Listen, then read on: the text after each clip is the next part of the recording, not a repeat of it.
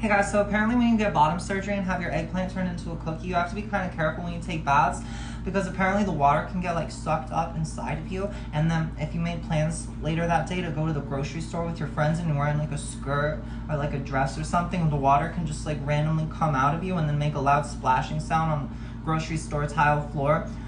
And then you're just standing over a puddle of your old bath water that's just been sitting inside of you, and people around you think that you're in labor and that your water just broke, and so you have to like pretend that you're in labor, and your friends escort you out of the store while you're like moaning in pain because you don't want everyone to know that you just squirt old bath water all over the grocery store. I'm not saying that happened to me. I'm just saying it could happen to someone. Often, the reality of sexual reassignment surgery, known as SRS, is hidden from those who seek so-called gender-affirming care.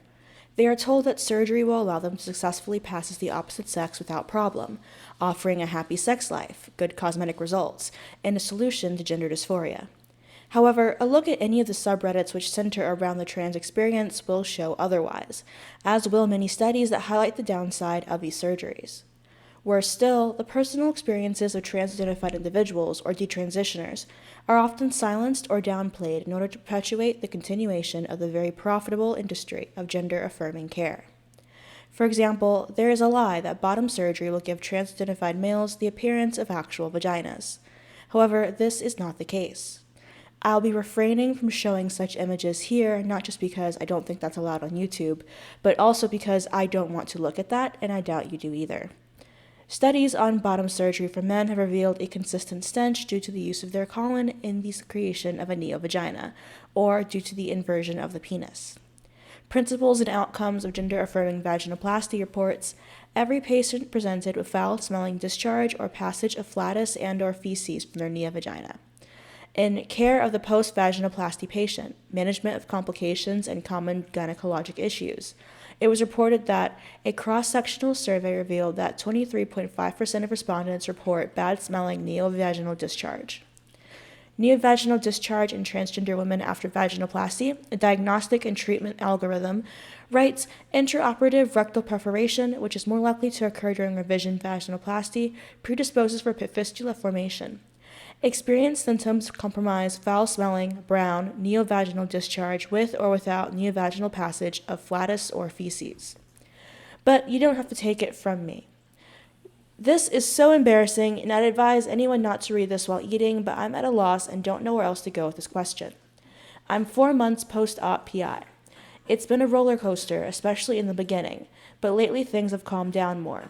For the last 3 or 4 days, however, I have noticed a smell coming from my vagina that is gradually increasing in strength until today the last drop was my partner commenting on the strong odor that filled the house when I was dilating.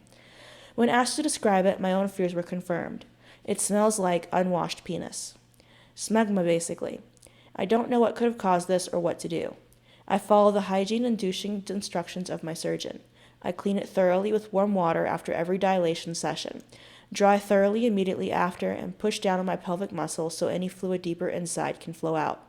I even insert a tampon for about 10 to 20 minutes thereafter to absorb any remaining moisture.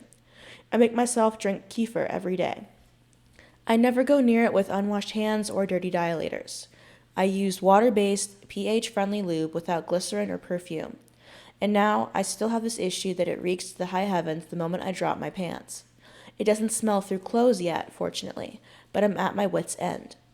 The scent is pungent and cheese-like. I have a very small amount of discharge on the daily, slightly yellowish in color. When wiping the dilators after use, it's the same color, sometimes small curdles are in there as well. I did have a silver nitrate treatment a few weeks ago, but the shedding from that has long been over. Can anyone think of what this could be and what I can do? Calling my surgeon's office is a given, but I'd like your guys' input too. Another post. Feel like this is my last resort. Feeling kind of like I'm on a cliff, though it isn't my body, which is probably very selfish of me. Sorry, bit drunk. My partner, Amab, got SRS last March and it has been nearly a year. The surgery went all right, but she was in horrible pain during dilation for a long time, and dilation was always bloody. Sometimes she needed Demerol to just get through the process. And at one point, due to my negligence, her stitches on one side dissolved and we had to go to the doctor. He assured us it was normal and they would heal, and they did heal, though she's upset about the scarring she still has. It has been months later, and she still has a scent from her vagina which is overpowering. She's still swollen and bruised, though it has settled a lot in the prior months. Every time I give her oral, the scent is so strong, and I'm terrified she has an infection. She tells me the smell is normal, and we saw the doctor, and he also assured her it was normal. But she does not smell like any woman I've ever known, including myself. I'm bisexual. It's sour and pungent, like off milk, and the taste is bloody and sour. Though it's not entirely like blood, the taste is so distinct and kind of chalky in texture. I can only use the comparison of expired milk and bitter yogurt with a very strong odor to describe it. The smell is so terribly strong that I can smell it even with her clothes on. A friend of ours also smelled it, though he didn't know what was wrong. Her pain has reduced greatly and she has sensation in her clitoris and can orgasm, but the smell scares me because I can't stop thinking she has an infection. The doctor keeps telling us it's fine, and so does she, and she doesn't want to get a second opinion. She tried out a course of Vagisil, but it didn't do anything noticeable. Every time I bring up the smell, it just ends with her being upset, and I can't stop worrying that my partner is going to die from infection or blood poisoning or sepsis. Sometimes her discharge is slightly yellow or orange, and I think that might be residual bleeding. I'm so terrified and I don't know what to do. The last time I went to the doctor, the assistant seeing us made a joke about having their legal team speak to us, so I'm scared to name names. We're still under their care. My partner denies anything is wrong at all, and I don't know what to do. Edit. It was penile inversion, so no part of her colon was used. This isn't the only issue those undergoing SRS can face. Hair can grow even inside the vaginal vagina if hair removal is incomplete. Unfortunately, many hair removal processes are not permanent. As reported by Transgender Surgery NYC, often with penile inversion vaginoplasty, skin from the scrotal or pelvic area is used to create the new vagina. Some of this area, however, contains hair which can continue to grow even after the skin is used to create the new vagina. In addition to being unsightly, the vaginal hair can create an odor, mucus, even stones inside the vagina. Once it is formed, it is difficult to permanently remove hair once it grows inside the vagina. One Reddit user reports, I had SRS about 9 months ago with a pretty well-known surgeon who I don't want to name because I don't want to turn people away from him. Aesthetics are amazing, by the way, no complaints about the outward appearance. Did about 18 months of electrolysis beforehand, even though the surgeon said it was optional. It hurt like fuck, and now I still have internal growth, like way deep inside. I can feel it with my fingers, and it's pretty much at the deepest part of the vagina, about 5 to 6 inches in. I've been researching on the web, and there's literally nothing I can do about it. It's not a ton, but it feels like a lot more than I'm comfortable with. If I was to take a wild guess, I'd say in the neighborhood of 10 to 25 hairs. I haven't had sex with anyone yet, and now I doubt I ever will because I'll be too paranoid that he'll be able to feel it. I feel fucking disgusting. I've hated my body since I was like 4 years old, and I was finally getting to a point of being okay. Thinking that I might actually enjoy having sex for once in my life. Nope, nothing can ever go well, right? After all this work to pass, which I do, I'm left with a vagina that I don't even want to try to use with someone now. Made a throwaway account because I don't want this link back to my other one. It's gross and I don't want anyone to know who I am, even on the anonymous trans forum on Reddit. I'm so fucking depressed right now. Another posted, about 5 years ago I had bottom surgery at GRS Montreal. They don't or didn't require electrolysis. I've had hair growth inside the canal since, as well as intermittent discharge infections that have been a bother. I've wanted to get this taken care of for a long time. Is this a common complication? Is it possible to fix without a resection, which I can't afford? I'm in the States and my insurance will cover bottom surgery, but not this. An IDK if anyone can, fix this. It's gross and I want this fixed. Additionally, many who undergo SRS expect sexual function after surgery. These hopes are often dashed as many post-surgery trans-identified males report difficulties with sexual function. For example, has anyone else dealt with sexual frustration post-op? I normally see it from people immediately post-op figuring things out, but I'm over a year out now and still struggling. It's not that I can't orgasm, but it's much more difficult and never satisfying. I was able to use my pre-op parts with my partner just fine. I had dysphoria about specific things, but generally they did the job and sex was fantastic.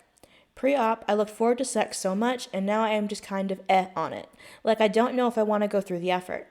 Now I feel like nothing feels good enough. I enter that zone of just getting lost in the moment. Whereas before, just getting stroked, even, was mind-blowingly good. My clitoral hood is pretty numb, and my clit is uncomfortably sensitive, so oral and fingers don't feel good at all. If anything, more like uncomfortable. I've tried a bunch of toys, and most are similar. All that really feels good is a magic wand, and I hate how disconnected it makes me feel from my partner. They can't make me feel good, and I barely want them to touch me. Even before surgery, the head of my genitals never felt good, and now that's all I have. And now the shaft part that felt best before is just gone, I guess, or numb in places like the hood. So fuck me, I guess, unless it's secretly hidden somewhere. Especially the underside of the shaft, like, that's the most sensitive part, but it's just gone. Do they not just use it? It used to make me feel so dysphoric, but now I do anything just to have 5 minutes to jack off and feel like a sexual being again, god dang it. Like, you know when you have good sex and you know it's good. Never for a second post-op have I thought that sex has been going well. Now I can only usually finish with a lot of G-spot stimulation from my partner or masturbating alone. In both cases with a very strong vibe in my clit, and even then it's both rare and just not satisfying. Even when I do come, I just want to cry after. The journey to orgasm doesn't feel that good, and the orgasm itself is weaker than what I had pre-op by a mile. And my libido now is even higher than pre-op. It just feels like I have no real outlet for it, like I've lost the sexual aspect of myself despite literally still having sex with my girlfriend. Just nothing feels right, and orgasms are weak like I'm most of the way to not having anything down there at all. It feels like I haven't really had sex since before surgery, and I'm terrified it'll be like this forever. Even if sensation wasn't going to be 100% of it before, it just feels so bad that sex went from a special thing to a boring chore. I just want to get lost in the moment and feel close to my girlfriend again, but all I can do is feel like shit. Even if we just cuddle naked non-sexually, I feel disconnected because my parts are either inside me or numb now, like I have thick underwear on I can't take off. She's right there, but my body aches for hers regardless. I hate how my anxiety gets me stuck thinking about this all day more than my dysphoria pre-op ever did. Everything else went fine, but the sexual frustration alone makes me question my choice to get surgery sometimes, and it's really spiking my depression. I've been laying in bed all day, every day, thinking about this, and nothing seems enjoyable anymore. I thought I did everything right researching and going to the best possible surgeon, and religiously doing aftercare and everything. I love my vagina, but the whole clit thing isn't working out. I wish I just got penile-preserving vaginoplasty or something. I'd rather even have my penis back than this fuck.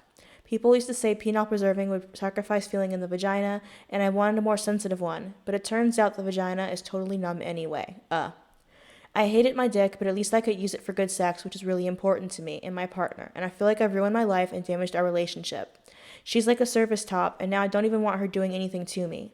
It all feels really uncomfortable at worst, numb at best. I'm really young, and I was having a good time exploring my sexuality. Already, why did I do this to myself? I would do anything to go back or to have been born a cis girl. This makes me more dysphoric than ever. I felt pressured that postponing would have made me need to wait a couple more years, but I should have listened to that voice in my head. I just wanted to get rid of the remaining dysphoria in sex and all the non-sex dysphoria, but I did ruin sex forever in exchange. I was convinced surgery would be good for me, but I wish I had more realistic expectations for myself than just thinking it would work out when I could have probably gotten by with the dysphoria without surgery.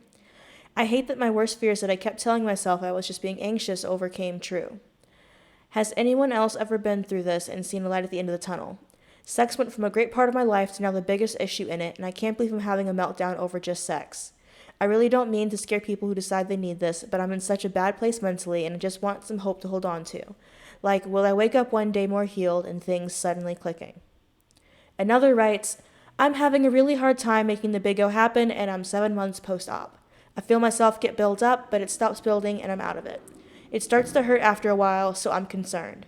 Did anyone else have issues post-op? What helped you? I'm starting to feel like maybe I may not be able to orgasm anymore. Any tips appreciated? The complications for female-to-male SRS are also debilitating, but will be explored in a separate video. I understand that many of us are upset at and feel that those who seek these surgeries are to blame for their misfortune, but it is important to recognize how the trans community often hides these side effects and realities, and that those who seek them are typically mentally unwell. One would have to be in order to undergo such invasive and risky cosmetic procedures. I do hope that this video offers some insight into the reality of these surgeries and might cause those considering SRS to reconsider, or at least seek other treatments first. This, dear viewers, is where we part. I just feel like this is such a depressing topic. Because yes, there's like, obviously some people do have fetishes and they get into it for the wrong reasons, but as you can see, looking through these posts, a lot of these are, I don't want anyone to be mad at my surgeon. I don't want anybody to reconsider because of me. There's an active attempt to hide the reality of these surgeries, be it the bad outcomes or the realities of what they should expect, and of course to hide and protect the surgeons who do this, because I don't want anybody else to make their decision based off of mine. Which, I'm sorry, if I learn that the same person who's been getting the surgery I need for my knee has gotten it, and everybody who goes to the surgeon is having to get their leg amputated, that should influence whether or not I get that surgery. That's just logical. Anyhow, if you guys have any comments, questions, or concerns, leave them in the comment section down below. And I'll see you guys next time. Bye.